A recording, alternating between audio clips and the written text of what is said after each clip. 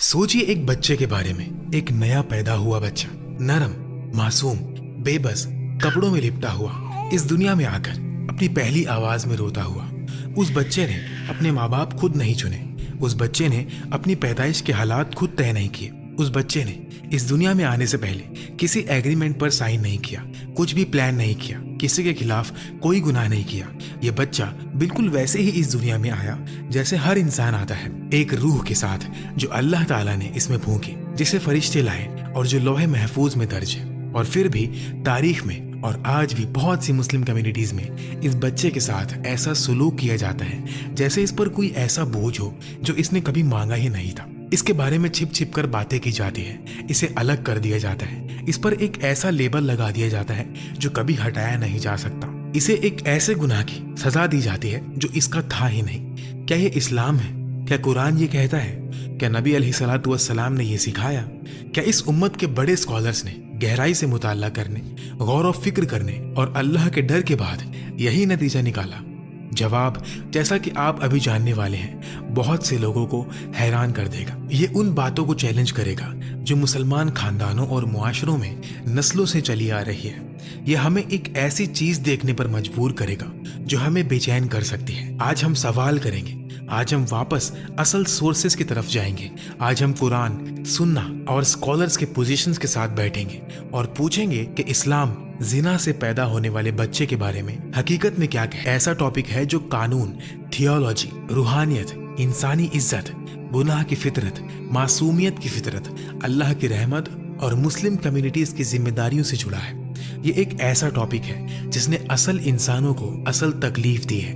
वो बच्चे जो मुसलमान मुआशरों में ऐसे शर्म के बोझ तले बड़े हुए जो उन्होंने कभी कमाया ही नहीं था, उन्हें उन हुकूक से महरूम रखा गया जो उनका हक था और उन जगहों से निकाल दिया गया जहां आना उनका हक था। अल्लाह ताला सूरह फातिर की आयत नंबर 18 में फरमाते हैं, कोई बोझ उठाने वाला किसी दूसरे का बोझ नहीं उठाएगा। ये कोई मशवरा नहीं है, ये एक इलाही ऐलान है। कोई बोझ उठाने वाला किसी दूसरे का बोझ नहीं उठाएगा। यहाँ इस्तेमाल होने वाला अरबिक लफ्ज विज्र खास तौर पर गुनाह, अखलाकी वजन और गलती के बोझ की तरफ इशारा करता है। और अल्लाह बिल्कुल वाजे कर रहे हैं कि ये बोझ ट्रांसफर नहीं किया जा सकता, ये विरासत में नहीं मिल सकता, इसे माँ बाप से बच्चे में या एक शख्स से दूसरे शख्स में मुंतकिल नहीं किया जा सकता।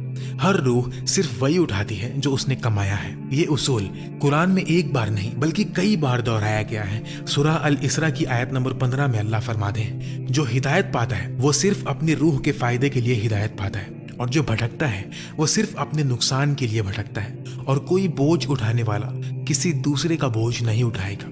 कुरान में 4 अलग अलग मकामात पर खुद अल्लाह की तरफ से 4 वाज़ेह ऐलान है। जिना का गुनाह पूरी तरह उन्हीं का है जिन्होंने इसे किया। वो मर्द और औरत जिन्होंने उस हद को पार करने का फैसला किया जिससे अल्लाह ने मना किया था, वो गुनाह उस बच्चे तक नहीं पहुंचता जो उनके इस फाइल के नतीजे में पैदा हुआ। उस बच्चे का कोई चॉइस नहीं था, उस बच्चे की कोई आवाज नहीं थी, उस बच्चे का कोई गुनाह नहीं है और इसलिए बच्चा कोई बोझ नहीं उठाता। ये हर चीज का स्टार्टिंग पॉइंट है। अगर हम इस एक उसूल को समझ लें, हकीकत में समझ लें, सिर्फ दिमागी तौर पर नहीं बल्कि अपने दिलों और अपने अमल में, तो बाकी सब कुछ जो इसके बाद आता है वो क्लियर हो जाता है। तो अब आइए इस बारे में बात करते हैं कि अल्लाह की नजर में ये बच्चा कौन है।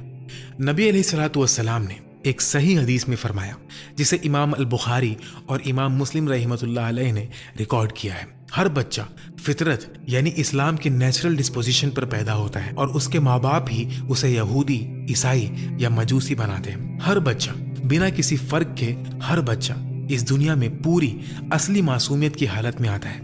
फितरत अल्लाह के आगे झुकने, उसकी वहदानियत को पहचानने और हिदायत कबूल करने की नेचुरल हालत है। कोई बच्चा गंदा पैदा नहीं होता, कोई बच्चा गुनहगार पैदा नहीं होता, कोई बच्चा एक मुकम्मल, मोहतरम, बाइज्जत इंसान से कम किसी भी रूप में पैदा नहीं होता। नबी अलैहिस्सलातु वस्सलाम ने ये नहीं कहा कि जिना से पैदा होने वाले बच्चे के अलावा हर बच्चा फितरत पर पैदा होता है। उन्होंने ये नहीं कहा कि इस कैटेगरी या उस कैटेगरी के अलावा हर बच्चा, उन्होंने कहा हर बच्चा। और इस्लाम के स्कॉलर्स ने, उन बड़े स्कॉलर्स ने जिन्होंने अपनी पूरी जिंदगी इस दीन को समझने में लगा दी, इस हदीस को यूनिवर्सली बगैर किसी फर्क या शर्त के लागू समझा। इब्नुल क़य्युम रहमतुल्लाह अलैह ने इस मौजू पर अपनी मशहूर किताब अहकाम अहल ज़िम्मा और ज़ाद अल माआद में बहुत तफसील से लिखा। उन्होंने बच्चों और उनके रूहानी स्टेटस के सवाल को इतनी गहराई और हमदर्दी से हल किया कि पढ़कर हैरत होती है। उन्होंने वाज़ेह तौर पर कहा कि गैर कानूनी ताल्लुक से पैदा होने वाला बच्चा अपने माँ बाप के अमाल का जिम्मेदार नहीं है, कि वो इस दुनिया में अपनी फितरत बरकरार रखते हुए आता है और अल्लाह की रहमत तमाम मखलूक तक फैली हुई है। माफी चाहूंगा, लेकिन एक छोटी सी गुजारिश है। आप में से जो लोग काफी वक्त से मेरे वीडियोस देख रहे हैं, चाहे आप चुपचाप ही देखते आए हो, आज एक बार कमेंट में जरूर लिख दें कि हाँ, मैं काफी टाइम से देख रहा हूँ। इससे मुझे भी पता चलेगा और हमारा ये इल्म का रिश्ता और मजबूत होगा। अब चलिए वापस अपने टॉपिक की तरफ आते हैं। अब आइए थोड़ा और गहराई में चलते हैं। आइए नस्ब यानी लीनिएज के सवाल को देखते हैं। और यही वो जगह है जहां बहुत से लोग कंफ्यूज हो जाते हैं, जहां कल्चरल रस्में कानूनी अहकामात के साथ उलझ जाती हैं और जहां ज्यादातर तारीखी बहस हुई है। इस्लामिक फिक्र में स्कॉलर्स ने ज़िना से पैदा होने वाले बच्चे की कानूनी हैसियत पर बड़ी संजीदगी से बात की है। पुराने स्कॉलर्स में असल सवाल ये नहीं था कि इस बच्चे को इज्जत या रहमत मिलनी चाहिए या नहीं, इस पर कभी कोई असली इख्तलाफ नहीं था। असल सवाल नसब और बाप की तरफ मंसूब होने का कानूनी सवाल था। इस्लामिक लॉ के तहत वैलिड शादी के बगैर पैदा होने वाले बच्चे का नसब आमतौर पर गैर कानूनी ताल्लुक वाले बायोलॉजिकल बाप की तरफ मंसूब नहीं किया जाता। ये एक कानूनी रूलिंग है। ये रूलिंग सिविल स्टेटस, विरासत और खानदान से जोड़ने के बारे में है। ये बच्चे की इंसानी हैसियत पर कोई फैसला नहीं है। ये बच्चे और अल्लाह के दरमियान ताल्लुक पर कोई फैसला नहीं है। और ये इस बारे में कोई फैसला नहीं है कि मुस्लिम सोसाइटी को इस बच्चे के साथ जज्बाती, समाजी या रूहानी तौर पर कैसा सलूक करना चाहिए। ये फर्क समझना इंतहाई जरूरी है।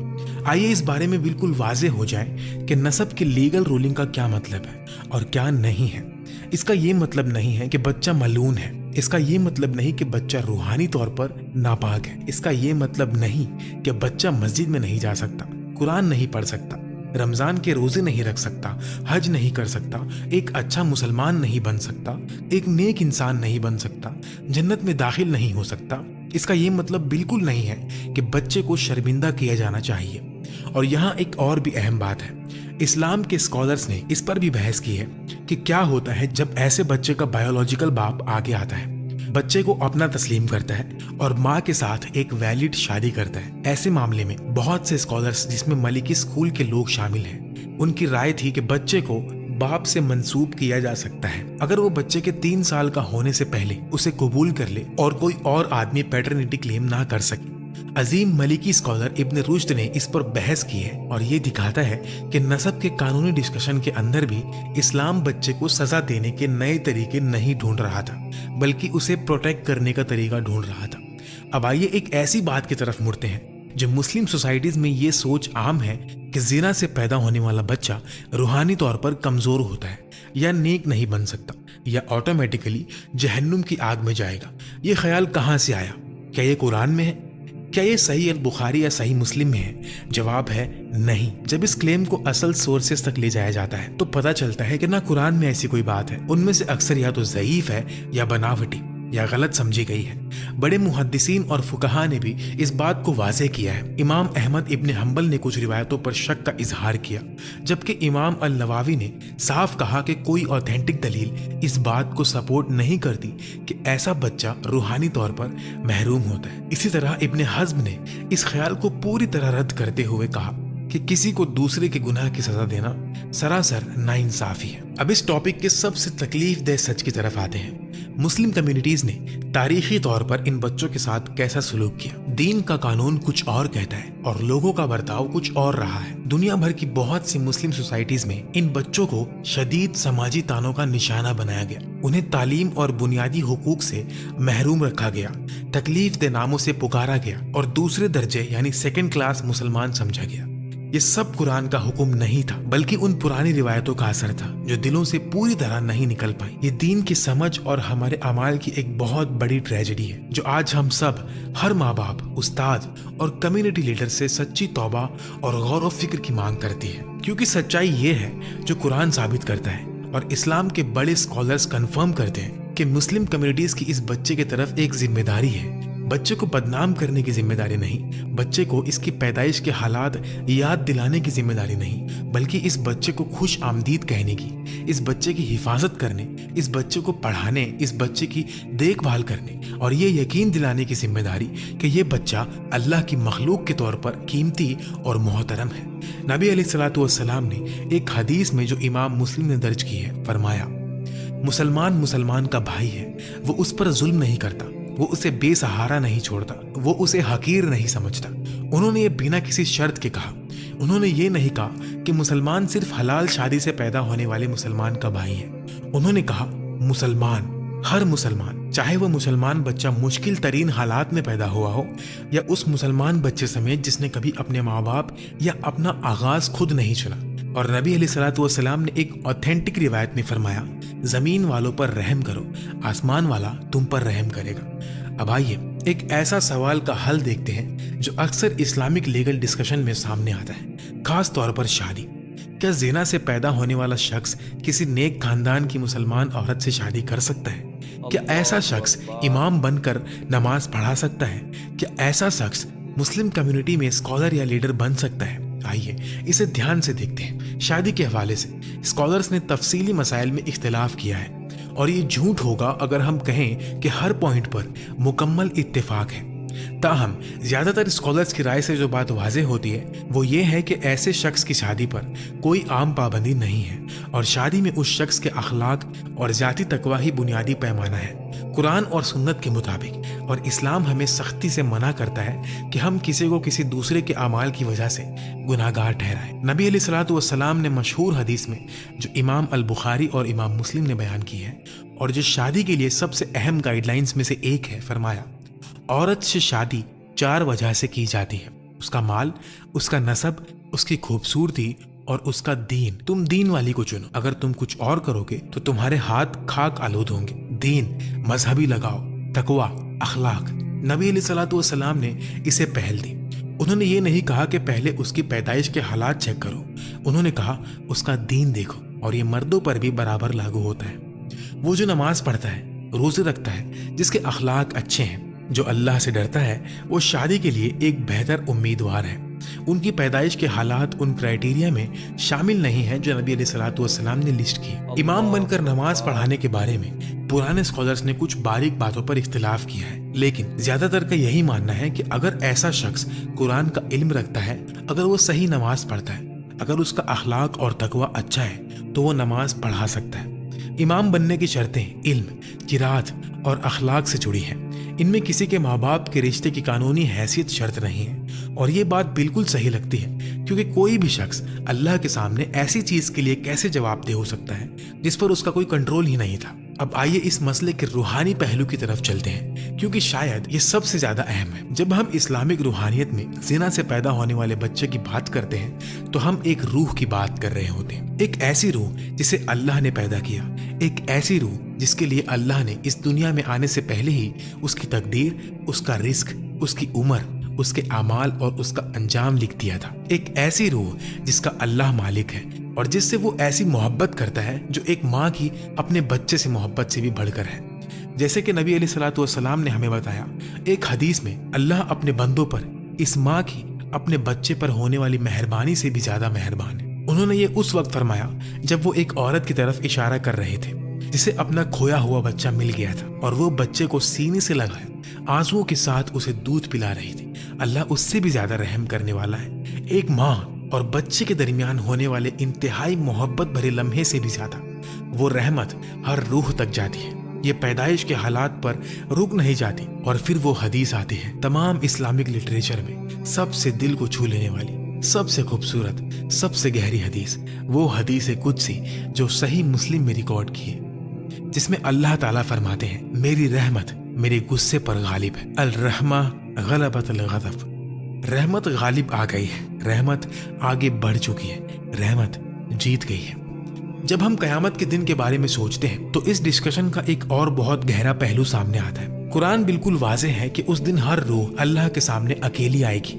قیامت کے دن کسی کے پیدائش کے حالات کی کوئی اہمیت نہیں ہوگی، جو اہمیت رکھے گا وہ یہ ہوگا، کیا تم نے ایمان لایا، کیا تم نے نماز پڑھی، क्या तुमने रोजे रखे?